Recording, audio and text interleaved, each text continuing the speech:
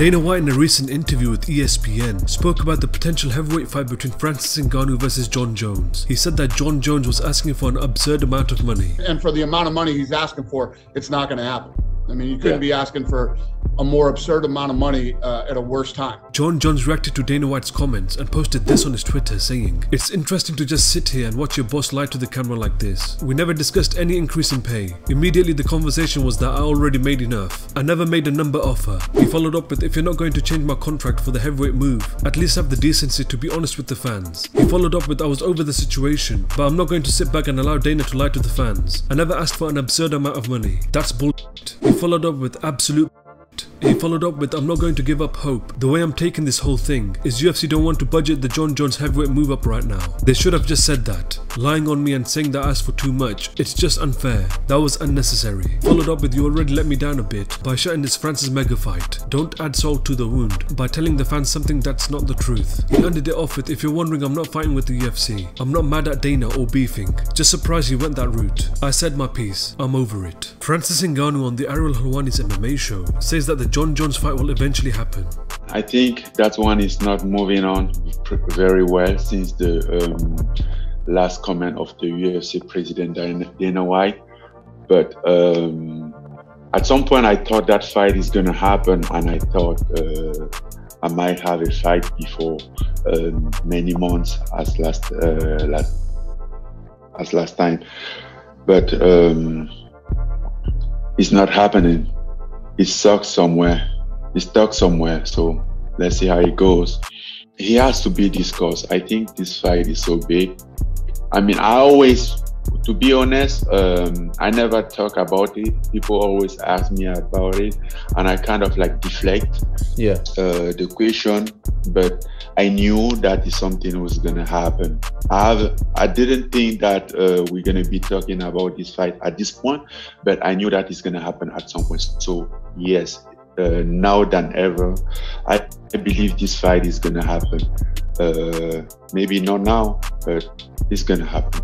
There's no way that this fight is not happening. It's such a big fight. It's such a big challenge. I mean, either for me or for Jon, it's just a big challenge. And a fan has been so excited about this fight.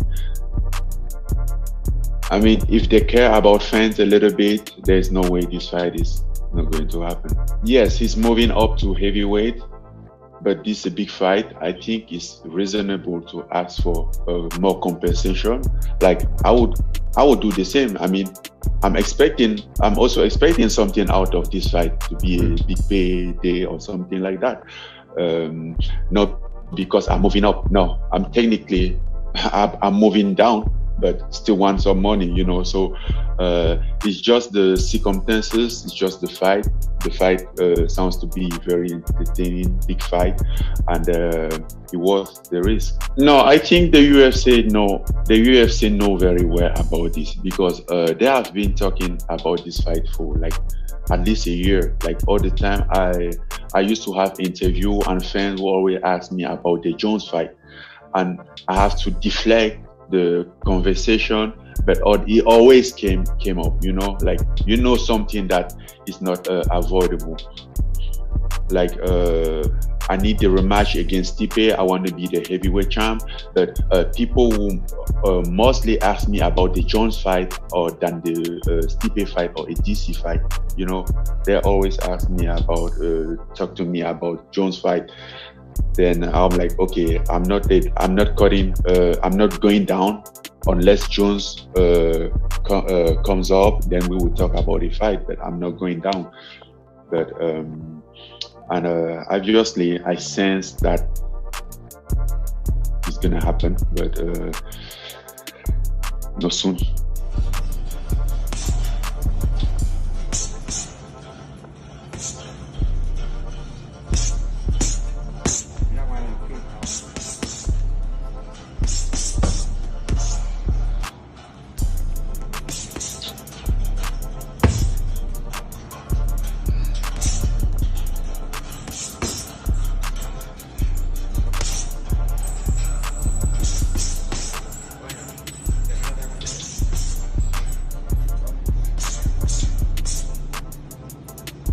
Gilbert Burns on the Believe in Me podcast previews his upcoming fight against Tyron Woodley. I'm doing good. I'm nervous. You know, first main event, I'm not going to lie. I'm like a little anxious fighting a former champ. But the training has been good. You know, I've been always in. They say I'm like Bisping. I'm always training. I'm always doing something. I'm busy. I like to stay training, stay ready. And when they give me the call, I was like, let's go. You know, but I'm a little nervous. I'll be honest. My first main event. Yeah, I can't wait. 100%. No injuries. Injuries free. Training good. Training hard. The corona was good and like never good. But I had a great time to rest, you know, to recover, get a little relaxed on my body, but got back to training, and it was good. Like, I cannot say that I got 100% training because I don't think nobody's able to get 100% training, but very close to 100%. I still lifting with my coach, I still training, but the training was a little bit more not as full as before, like 50 people on the mats. But it was just my guys that I like to work. It was a little bit more closer. But it was very, very close to all my camps, you know, with the whole corona thing locked down, but we still get a very good work in. Not really, he's a different fight. He's a different guy. Long time ago that he fought with them, and he fought with the way we approached the fight was different. He just don't want to get taken down and stay there, the little stand up. But I'm looking forward to finish the fight, you know, the way I look at the fight. If I was just like trying to just win, you know, will be different. But I go there and I try to dominate the guys and finish. And but yeah, comparing Damian to Woodley, for sure, the performance confirms that I'm on the right path. I'm doing the right things. But yeah, it's a total different fight. I'm very confident too, but it's a different fight, you know.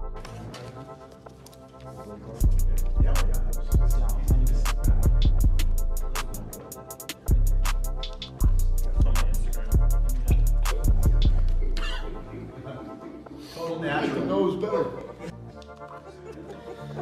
That's number 4. Sean O'Malley, in a recent interview with Luke Thomas, gives his thoughts on the stacked bantamweight division.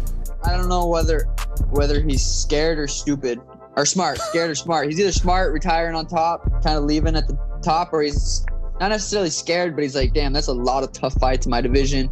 I could just leave while I'm on top right now. I think he'll be back. He's in his prime. He's going to see this belt, someone fight for the belt, and I feel like he's going to get that itch to come back. There's, you know, those 4 people that you're talking about for the bantamweight title. No one's really standing out. No one's really like, this is who we want to be our champ. I win a couple more fights. I'm that guy. I'm the guy that people are going to want to see, the bantamweight champ. I'm that guy. And I'm going to go out there and perform like I did last time against Eddie, and then whoever I fight next, I'm going to go out there and do the same thing.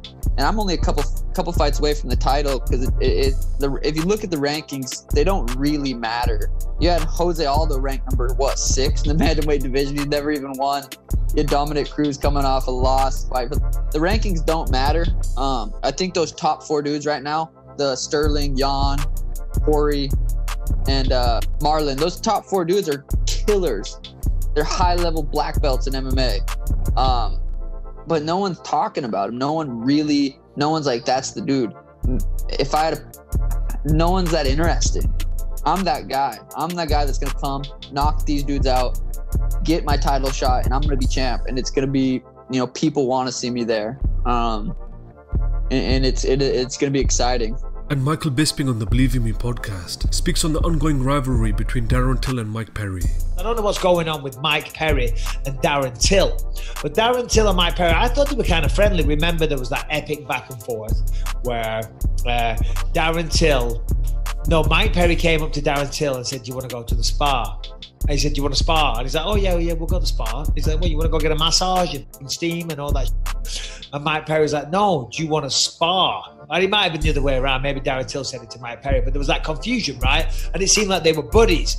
But now, Darren Till and Mike Perry, they're not on very good terms. In fact, I think Darren Till said, I'm going to knock you out and then your new girlfriend or something like that. Mike's the UFC fighter, right? He's the badass.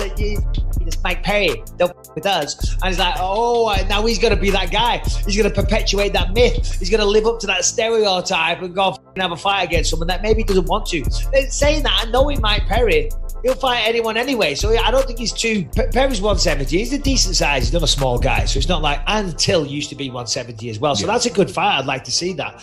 That said, Darren Till's got his designs on fighting Adesanya pretty soon on Fight Island, or someone big, you know, a big name like that. So that might be a step backwards in terms of profile, in terms of getting the belt. Yeah, but I think that's just a conversation, and they know that fight's never going to happen. I mean, as you just said, as we said, he's left the weight class. He's not a part of that weight class anymore, so he can just talk. The fight's never going to get made. He's like, listen, I'll talk whatever, but I'm not going to actually sign a contract to fight you. I've got bigger fish to fry. But you're right. I mean, listen, I mean, that is definitely words. If I know Mike Perry like I think I know Mike Perry, there are words that will start a fight, that will be the catalyst for an out of octagon fight. Maybe the mates and they're having a laugh, but if that is serious, yeah, I mean, fair play, Darren. I like your style. That is epic talk.